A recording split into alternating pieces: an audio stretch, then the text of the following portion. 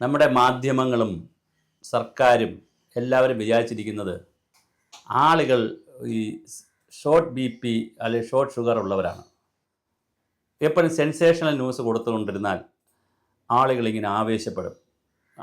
സ്വപ്നയെ പിടിക്കുന്നതിന് സ്വപ്നയുടെ വണ്ടിയുടെ പിറകെ പോകുന്നു, മുമ്പേ 4 ചാനൽ വണ്ടി പോകുന്നു, പിറകെ 4 ചാനൽ വണ്ടി, വാളയ തിരുവനന്തപുരം കടന്നു, കൊല്ലം കഴിഞ്ഞു, ആളുകൾ ഉദ്വേഗജനകമായിട്ടിരിക്കുകയാണ് മറ്റേ ഒളിമ്പിക്സിൽ മെഡൽ കിട്ടുമ്പോൾ. അങ്ങനെ വാളയാർ കടന്നു, വലിയ സംഭവം. അപ്പോൾ സ്വപ്ന വാളയാർ കടന്നു. അപ്പോൾ അടുത്ത ചർച്ച, ആര് കടത്തി, എപ്പോൾ കടത്തി, എങ്ങനെ കടത്തി, ആരൊക്കെ ഉണ്ട്, ഇങ്ങനെയാണ് പോണത്. നമ്മുടെ സെൻസേഷണൽ ന്യൂസ് ഉണ്ട്. നമ്മൾ ഈ പുസ്തകമൊക്കെ പറയുമല്ലോ, ഈ ഹോട്ട് പുസ്തകങ്ങളൊക്കെ വാങ്ങി വായിക്കുന്ന, പഴയ മഞ്ഞ പുസ്തകമൊക്കെ വാങ്ങി വായിക്കുന്നൊരു ശീലമുണ്ട് മലയാളിക്ക് ഒരു നെഗറ്റീവ് വാർത്തകൾ കിട്ടിയാൽ അതിൻ്റെ പിറകെ പോകും. ഒരു റോഡിലൊരു ആക്സിഡൻറ്റ് നടന്ന, വണ്ടിയിൽ ഇരുന്ന് ബസ്സിൽ പോകുന്ന ആൾ സൈഡിൽ നോക്കുമ്പോൾ അവിടെ എന്തോ ആക്സിഡൻറ്റ് നടന്നു.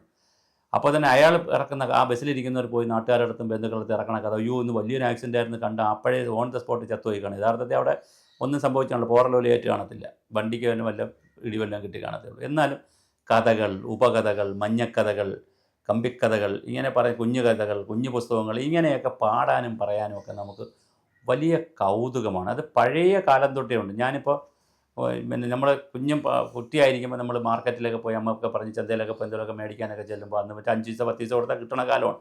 വാങ്ങിക്കാൻ ചെല്ലുമ്പോൾ ഒരു അപ്പൂപ്പനായിട്ടുള്ള വയസ്സായ ആൾ ചപ്പളാങ്കട്ട എന്ന് പറഞ്ഞു, ഇങ്ങനെ ഒരു കയ്യിൽ തന്നെ ചപ്പളാങ്കട്ട വെച്ച് ഇങ്ങനെ അടിച്ചുകൊണ്ടിരിക്കും.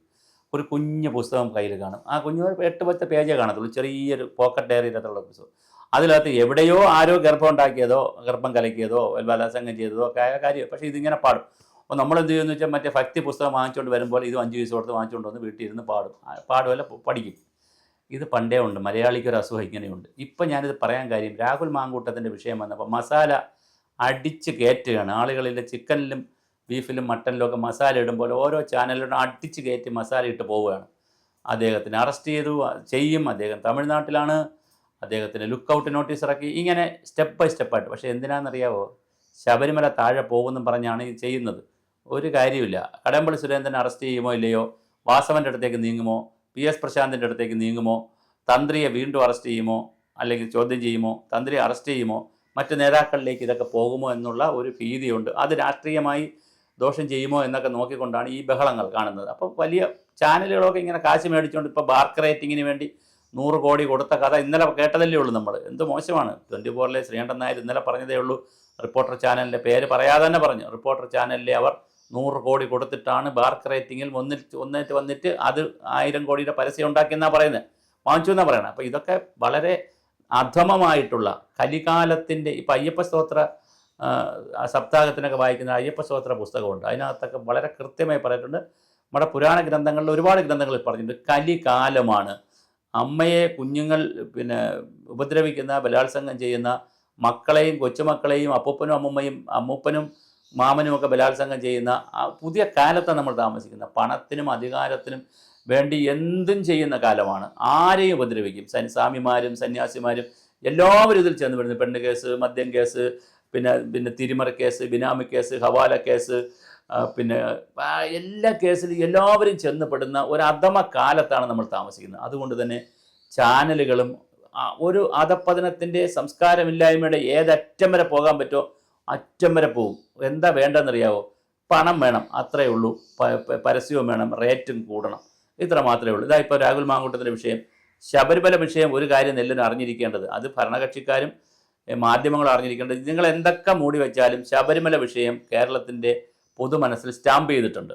സ്റ്റാമ്പ് ചെയ്യുകയും ശബരിമലയിൽ കൊള്ള നടന്നു എന്നുള്ളതും ആ കൊള്ള പിടിക്കണം എന്നുള്ള കാര്യത്തിലും മലയാളികൾക്കും ലോക അയ്യപ്പ വിശ്വാസികൾക്കും ലോകത്തുള്ള എല്ലാ മലയാളികൾക്കും ഒരേ വികാരമാണ്. അത് കമ്മ്യൂണിസ്റ്റുകാർക്കും അതേ വികാരമാണ്. ഞാനിത് കമ്മ്യൂണിസ്റ്റുകാരായ ഭക്തരുടെ വികാരം അറിഞ്ഞിട്ടാണ് സംസാരിക്കുന്നത്. അവർക്ക് ഒരേ വികാരമാണ്.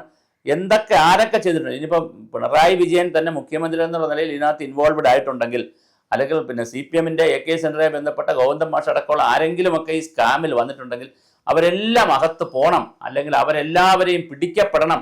അയ്യപ്പൻ ആരെയും വിടരുത് എന്നുള്ളത് തന്നെയാണ് മലയാളിയുടെ പൊതുവികാരം. അതിനെ മറയ്ക്കാൻ വേണ്ടിയോ ഈ രാഹുൽ മാങ്കൂട്ടത്തിൻ്റെ കഥയൊന്നും ഓടില്ല എന്നുള്ളതാണ് ഇപ്പോഴത്തെ പൊളിറ്റിക്സ്. പഞ്ചായത്ത് തെരഞ്ഞെടുപ്പിന് ചിലപ്പോൾ സ്വാധീനിക്കില്ലായിരിക്കും. അതിന് പഞ്ചായത്ത് തെരഞ്ഞെടുപ്പ് എപ്പോഴും ലോക്കൽ കൗൺസിലർമാർ, മെമ്പർമാർ, അവരുടെ രാഷ്ട്രീയം, അവരുടെ ജാതി, അവരുടെ മതം, അവരുടെ പണം, അവരുടെ പദവി, അവരുടെ സമൂഹത്തിലെ മാന്യം, ഇതൊക്കെ വെച്ചായിരിക്കും ലോക്കൽ തെരഞ്ഞെടുപ്പൊക്കെ വരുന്നത് ദൈനംദിനം. അപ്പോൾ അങ്ങനെ വരുമ്പോൾ LDF ആണ് കൂടുതൽ കയറി വരുന്നത്. കാരണം അവരാണ് കൂടുതൽ ദൈനംദിനമായി സംഘടനാ സംവിധാനം താഴെയുള്ളവർ LDF-നാണ്, CPM-നൊക്കെയാണ്. അതുകൊണ്ട് അവർ കയറി വരും. അതിനപ്പുറം സംസ്ഥാന സർക്കാരിൻ്റെ മറ്റ് ക്ഷേമ പ്രവർത്തനങ്ങളെല്ലാം മുങ്ങിപ്പോയി.